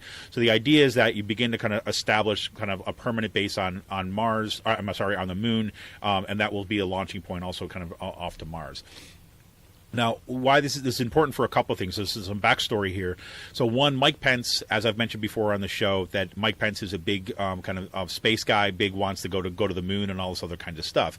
Now, if you know that Mike Pence wants to go to the moon, you suspect one or two things, right? Number one, he's just a completely a space geek like me, right? And then now he's in an opportunity to actually kind of see his childhood dreams kind of like made real, and that'll be a cool thing, and that's it. Or and more likely is that he sees profitable possibilities here, and he sees an advantage, an economic advantage, a power advantage of doing so. Now, if we step this back, and where does this fit into national politics, is that Ted Cruz has been one of the proponents and the strongest questioners and advocates for basically dividing NASA, or actually severing part of NASA's mission away. And what is that? It's the Earth-based stuff, right? So part of NASA's mission is actually kind of like to monitor the climate, right? Most of our climate data comes from NASA. What Ted Cruz has been arguing, and as recently as 2015, in hearings, budget hearings when it comes to NASA, has been that NASA needs to get back to its core mission, which is exploring space. Now, NASA administrators consistently say, actually part of NASA's core mission in our mission statement has everything to do with atmospheric stuff and Earth-based science. But Cruz and others on the right want to divert everything towards space exploration because they get two things from it. Number one, right, they get to kind of like feed the kind of climate denial industry on one thing by kind of starving it of its data and its research. And then on the other hand, they need to kind of like now open up a whole kind of other possibility for payouts for themselves, right, and to kind of gain further power advantage going forward, because the emerging corporations that are involved with space exploration and so on want the privatization of space, want to have to capitalize on space. These people are kind of looking forward down the road here. So that's why, again, I keep on coming back to this is why we have to pay attention to that. So the moon is like, yep, it's kind of really cool. That's awesome, but it's also kind of connected into people jockeying for positions. And so one of the things we saw this that came out of this this conference down in Houston earlier this month was that you had all these businesses that are basically kind of gearing up for this next stage of colonization and expansion and future empire. That's kind of where this is going. But for the longest time, there's, again, you see this stuff in science fiction about doing kind of manufacturing in space. So actually setting up businesses and making things out in space. Well, at that conference, you saw a strong push once again to now actually use the International Space Station as the testing ground for technologies to produce things that are difficult to produce on Earth, right? But also to kind of set the stage to set up manufacturing on moon bases and elsewhere. And they actually have this, I mean, again, you can't beat it. They actually have like a label. It's a company actually. That is made in space, right? So you think about the Made in America, right? They're rallying around this kind of Made in space logo idea. And so there's two companies that are going to be producing these kind of fiber optic stuff and these particular fibers. I won't go into all the details, get too geeky on you. But they're looking for this next year to be when we're going to see beginning of manufacturing in space. So there's going to be an experiment that is going to be going to the space station this week, I think, actually. And it's going to be going up on a SpaceX rocket, go to the International Space Station, and they're going to start to actually experiment with this. So they're moving forward in this trajectory, and this is something, again, we need to pay attention to. On the other side of things, on the political end of things, that's the economic one. I don't know if people saw this.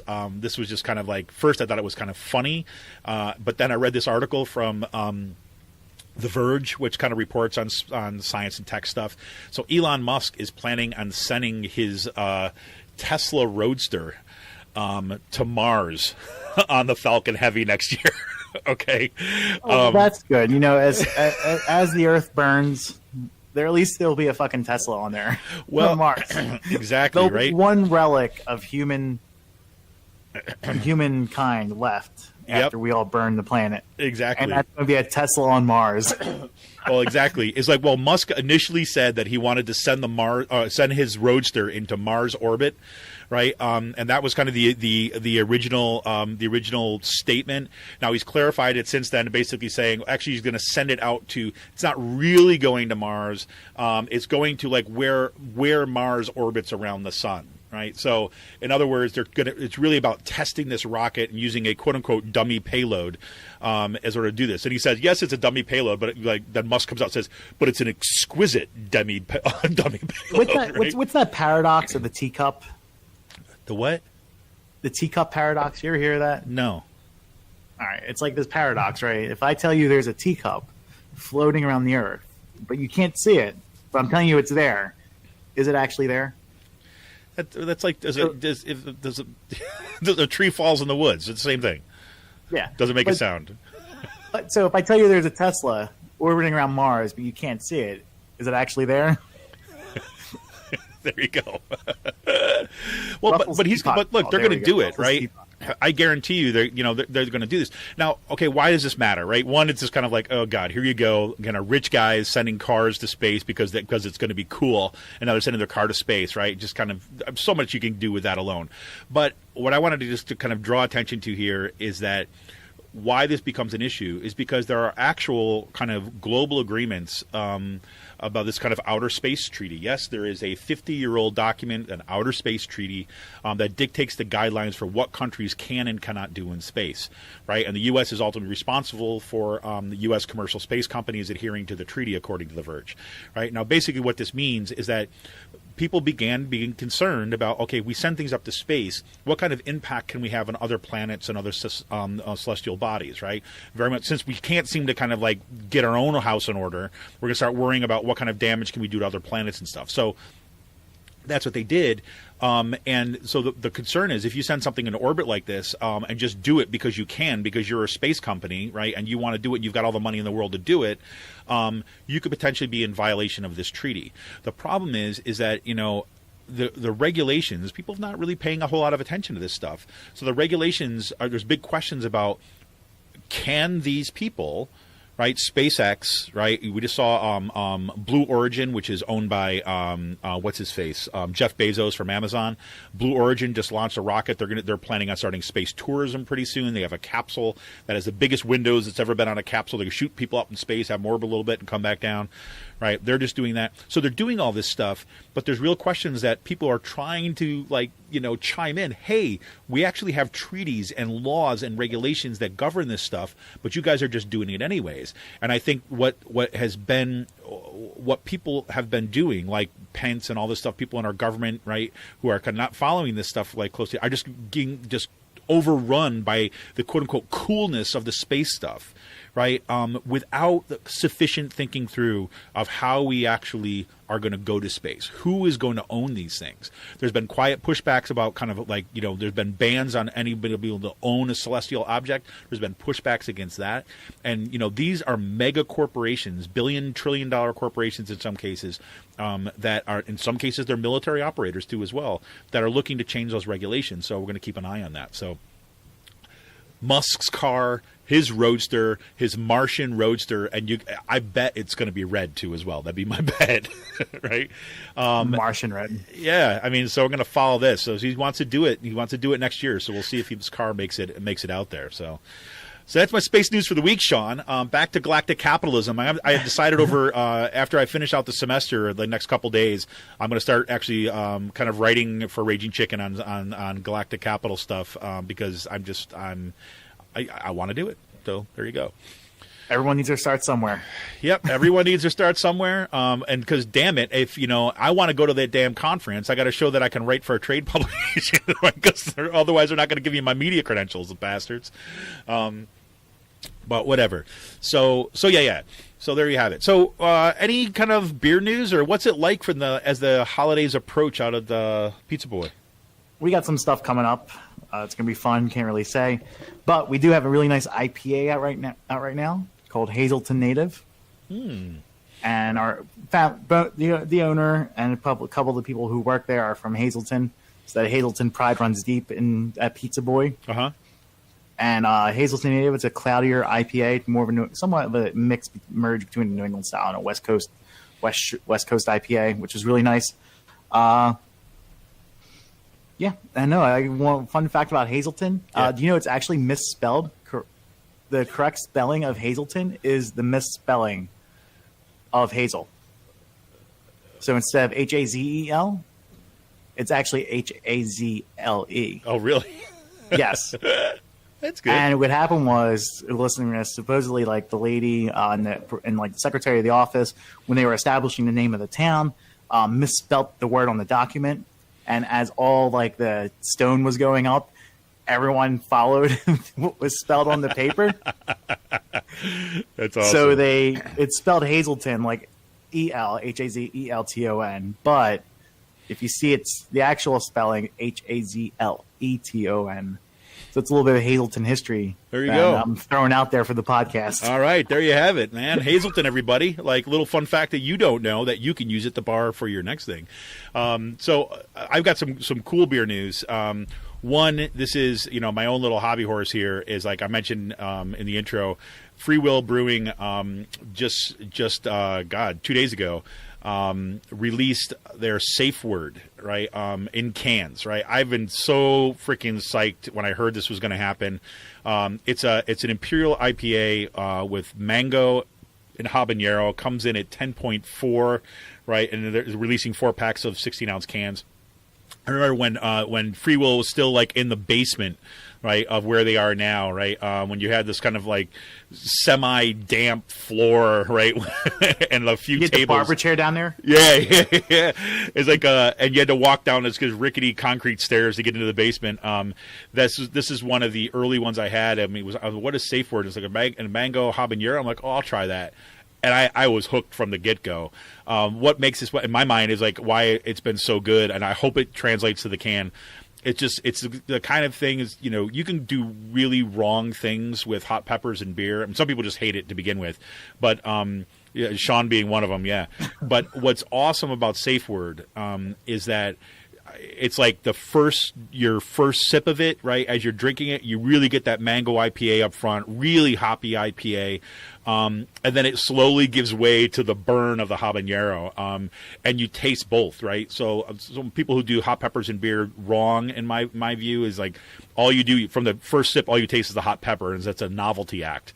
They actually kind of paid attention to this beer. So, I'm psyched, and hopefully I'll be able to pick up some of those today. But if you don't like spicy food, I'll warn you, because the habanero does kick in, and you can feel it in your throat. Trodak? Oh yeah, I'm telling you, I'm totally psyched.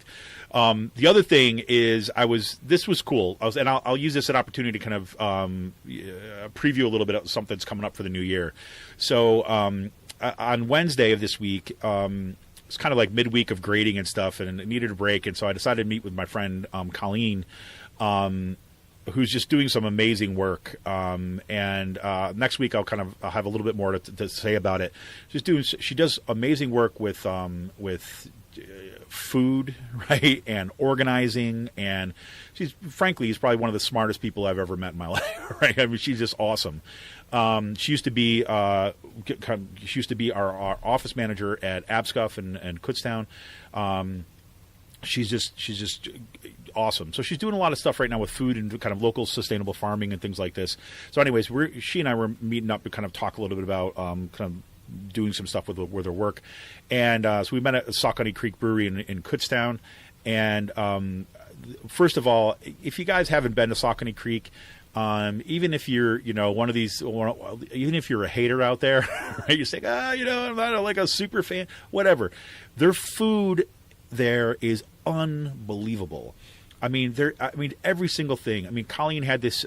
She had this meatloaf sandwich. It looked like freaking steak on a bun. It was unbelievable.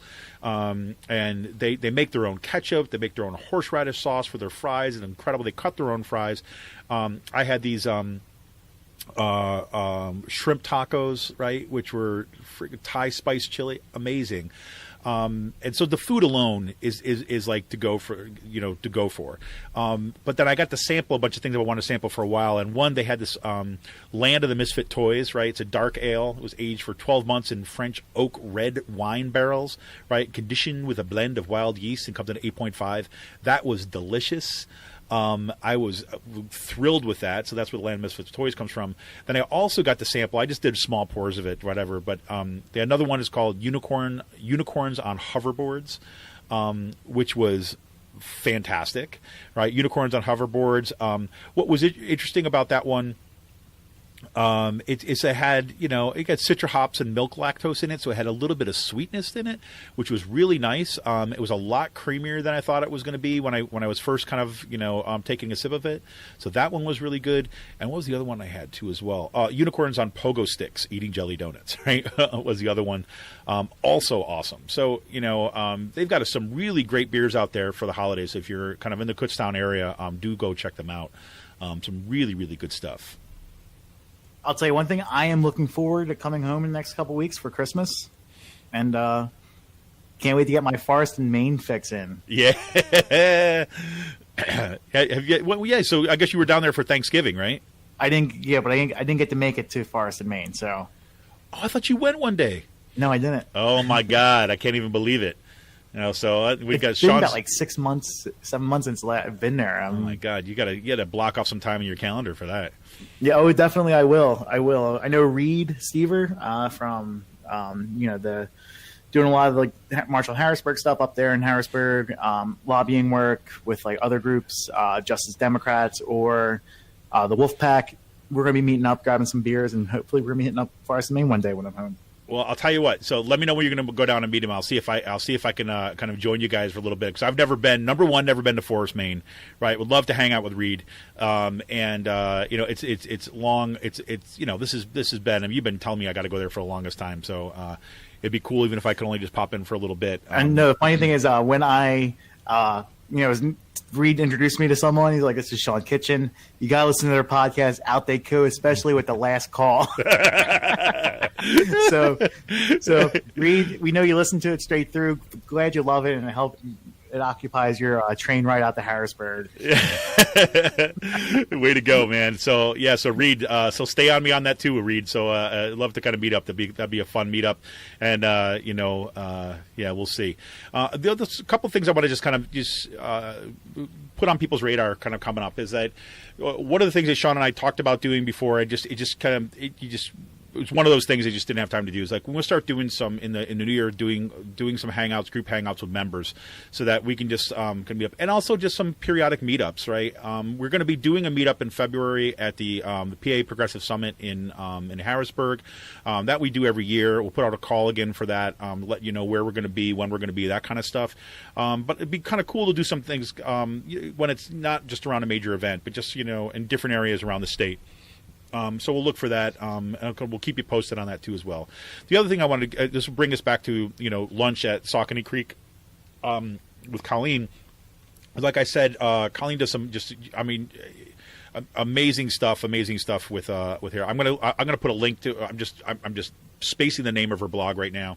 If you want to go to check out her work ahead of time, I'm gonna put a link to that right now, or in the show notes. But Colleen does great stuff with sustainable agriculture, and works with all these kind of amazing farmers, right, around in the Berks County area, and some of the food, and she's like one of the most amazing cooks I've ever seen, and she just whatever. I mean, all this kind of stuff. So, given that, so what we're going to do, we're going to try like about once a month, at least to start off. We're going to do another special kind of contribution to the podcast, and we're going to call it Out the Coop Free Range, and really focusing on agricultural policy, stuff in rural Pennsylvania, and food and culture, right? And food and of course politics. I mean, kind of what binds it all together. And there is nobody that I know better to talk about this stuff than Colleen. So look forward to that in the new year. Yeah, pretty cool. So, I mean, walked out of Saucony Creek, having tasted some beers I want to taste for a long time. Helped Colleen kind of work out some concepts or what she's doing with all this work that she's doing. And then came up with the concept to launch an additional podcast. So that was a good day. Oh, man. So, Sean, you got anything planned for the weekend? Just working. Yep.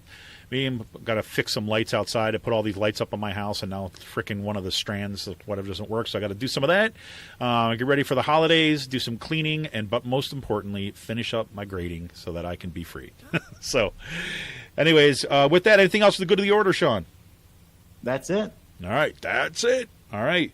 Well, this is Kevin Mahoney, editor and founder of Raging Chicken Press. We'll see you again next week as we gear up for the holidays. Talk to you, everybody. See ya!